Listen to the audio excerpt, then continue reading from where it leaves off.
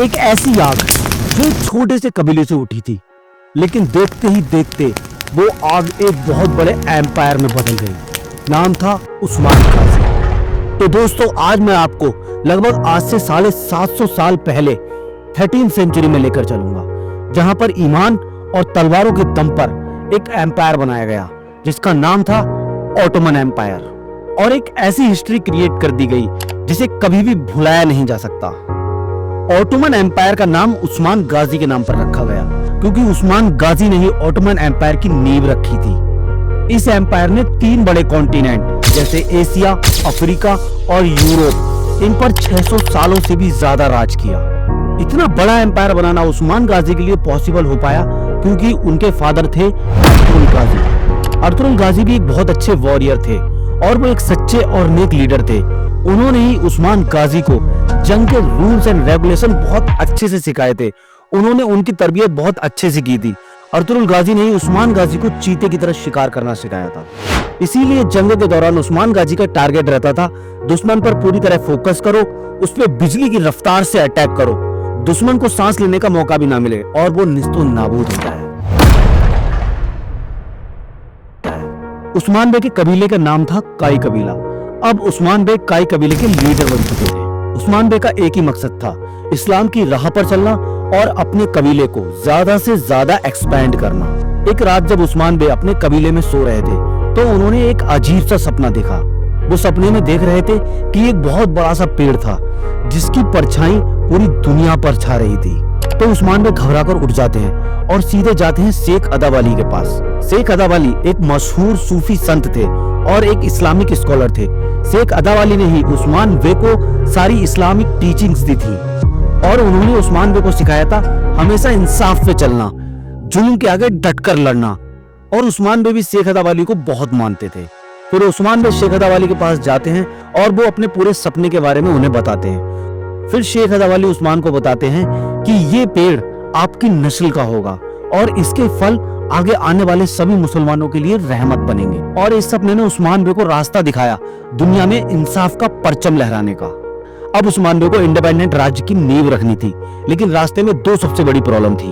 एक तरफ थे बाइजेंटीन यानी ईसाइयों की बहुत बड़ी फौज का सामना करना और दूसरी तरफ थे मंगोल, जिनसे इंसाफ की उम्मीद करना ऐसा था जैसे खुद को धोखा देना। मंगोल जब हमला करते थे तो वो बच्चों और औरतों को भी नहीं छोड़ते थे। अब सल्जूक एम्पायर पूरी तरीके से बिखर चुका था। दोस्तों, सल्जूक एम्पायर की बात किसी दूसरी लॉन्ग वीडियो में करेंगे। सल्जूक एम्पायर पर लगातार मंगोल और बाइजेंटीनी फौजों के हमला करने से अनातोलिया छोटे छोटे कबीलों में बंट चुका था, जिसमें से एक छोटे से कबीले के लीडर थे उस्मान बे। और उस वक्त कोई भी ऐसा लीडर नहीं था जो सभी कबीले के लोगों को एक साथ लेकर चल सके। उस टाइम सभी कबीले के लोगों की हालत ऐसी थी जैसे वो किसी घने अंधेरे में खो गए हों। फिर सूरज की रोशनी की तरह उनके सामने आते हैं उस्मान बे। धीरे धीरे लोग उस्मान बे के कबीले के साथ जुड़ना स्टार्ट हो गए और इस तरह उस्मान बे की पावर में भी इजाफा होने लगा। फिर उस्मान बे ने अपने लोगों के साथ मिलकर लगातार कई सक्सेसफुल हमले बाइजेंटीनी फौज पर किए और रख दी ऑटोमन एम्पायर की नींव। उस्मान बे का सपना अब साकार हो गया था और दूर दूर की बड़ी बड़ी रियासतों में उस्मान बे के नाम का डंका बजने लगा था। कारा हिसार किले का एक बाइजेंटीनी कमांडर जो कि उस्मान गाजी के खिलाफ एक साजिश तैयार कर रहा था और वो उस्मान गाजी को मारने का पूरा प्लान तैयार कर चुका था। लेकिन बाइजेंटीनी फौज में एक उस्मान गाजी का ही जासूस छुपा हुआ था जिसने उस्मान गाजी को सारे प्लान की खबर दे दी। फिर उस्मान गाजी अपने साथियों के साथ इकट्ठा होते हैं और वो उन्हें बताते हैं कि एक बाइजेंटीनी कमांडर साजिश रच रहा है और वो कभी भी हमारे कबीले पर हमला कर सकता है, तो क्यों ना एक प्लान बनाया जाए। फिर वो एक प्लान बनाते हैं कि वो लोग हम पे हमला करें, इससे पहले हम ही लोग उन पर हमला कर देते हैं और कारा हिसार किले पर चढ़ाई कर देते हैं। रात के अंधेरे में कारा हिसार किले पर हमला बोल दिया। फिर उस्मान गाजी और उनके लोग किले के दरवाजे पर एक जोरदार अटैक करते हैं जिससे दरवाजा 2 टुकड़ों में टूटकर नीचे गिर जाता है। रात के अंधेरे में जब वो लोग अपनी तलवारों को मैदानों से बाहर निकालते हैं तो तलवारों की चमक से पूरे किले में रोशनी चमकने लगती है और उस्मान गाजी की तलवार दुश्मनों की खून की प्यासी थी।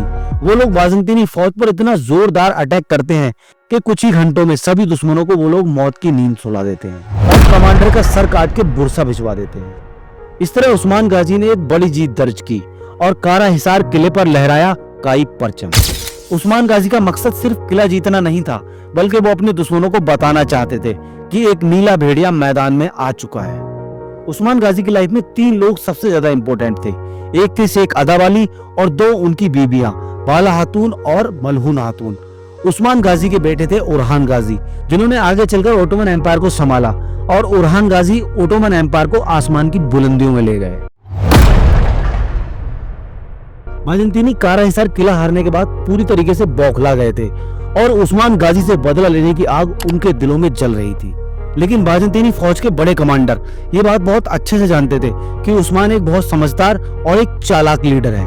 उसके पास फौज भले ही छोटी सी हो, लेकिन हौसले बहुत बड़े हैं। इसीलिए बाजेंतीनियों के कमांडर ने इस बार उस्मान गाजी से लड़ने के लिए अपने 2000 सिपाहियों की एक बहुत बड़ी फौज तैयार की। उस्मान गाजी ये बात बहुत अच्छे से जानते थे कि कारा हिसार किले की जंग हारने के बाद बाजेंतीनी एक बहुत बड़े लश्कर के साथ आने वाले हैं। उस्मान गाजी के पास जंग में लड़ने के लिए सिर्फ 500 सैनिक थे और सामने थी 2000 बाजेंतीनियों की फौज। क्योंकि इस बार जंग एक पहाड़ों से घिरे मैदान में होने वाली थी, तो उस्मान गाजी ने अपनी 500 की फौज को 2 में डिवाइड कर दिया, यानी 250 फौजियों की अलग अलग 2 फौजें बना दी, जिसमें से 250 लोगों की एक फौज बाजेंतीन के 2000 कमांडर्स के एकदम जस्ट सामने रहने वाली थी और 250 लोगों की दूसरी फौज जो कि पहाड़ों में छुपा दी गई थी। अब जंग शुरू होती है और सब कुछ उस्मान गाजी के प्लान के मुताबिक चल रहा था। उस्मान गाजी के 250 लोग 2000 बाजेंतीन के एकदम सामने खड़े हुए थे।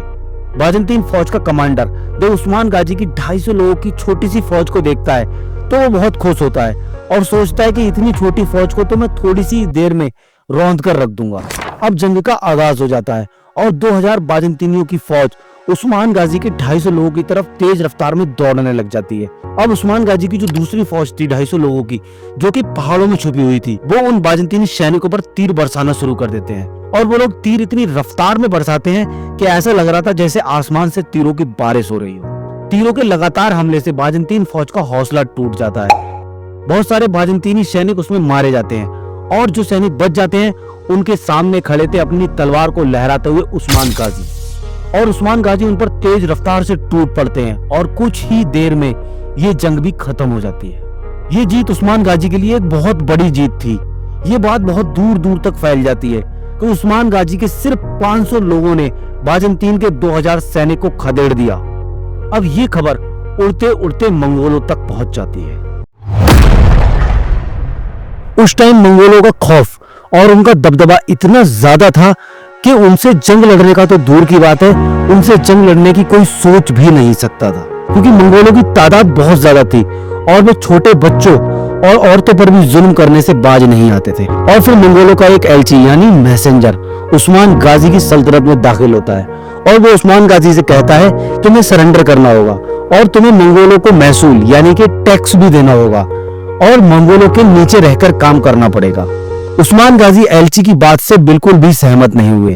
फिर उस्मान गाजी एलची से कहते हैं जाकर अपने कमांडर को बता दो कि उस्मान गाजी अल्लाह के सिवा किसी से नहीं डरता है और न ही वो अल्लाह के सिवा किसी के आगे झुकेगा। एलची कमांडर को जाकर सब कुछ बता देता है। उस्मान गाजी की इस बात से मंगोल उस्मान गाजी पर बहुत ज्यादा नाराज हो जाते हैं और वो उस्मान गाजी पर हमला करने के प्लान बनाने लगते हैं। और फिर एक रात मंगोलों की बहुत बड़ी फौज उस्मान गाजी के लोगों पर अटैक कर देती है, जिसमें उस्मान गाजी का बहुत नुकसान होता है क्योंकि उसमें बहुत सारी जानें गई थी। वो रात उस्मान गाजी के लिए बिल्कुल भी आसान नहीं थी क्योंकि उसमें बहुत सारे बच्चे यतीम हुए थे और बहुत सारी औरतें बेवा हुई थी।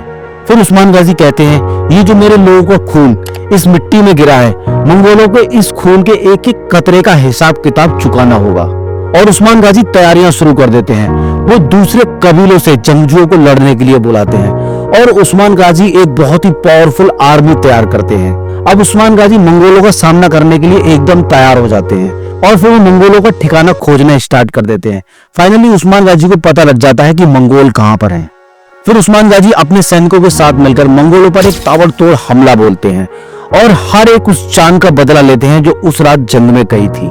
उस्मान गाजी ने मंगोलों को इतने खौफनाक तरीके से मारा कि मंगोलों के दिलों में उस्मान गाजी के नाम की दहशत बैठ गई थी। उस्मान गाजी के लिए आगे का सफर कुछ आसान नहीं होने वाला था क्योंकि एक तरफ उनकी जंग बाजेंतीनियों की एक बड़ी फौज से चल रही थी और दूसरी तरफ उन्होंने जंग छेड़ दी थी मंगोलों के खिलाफ। वो दोनों ही फौजें उस्मान गाजी की फौज से बहुत ज्यादा बड़ी थी।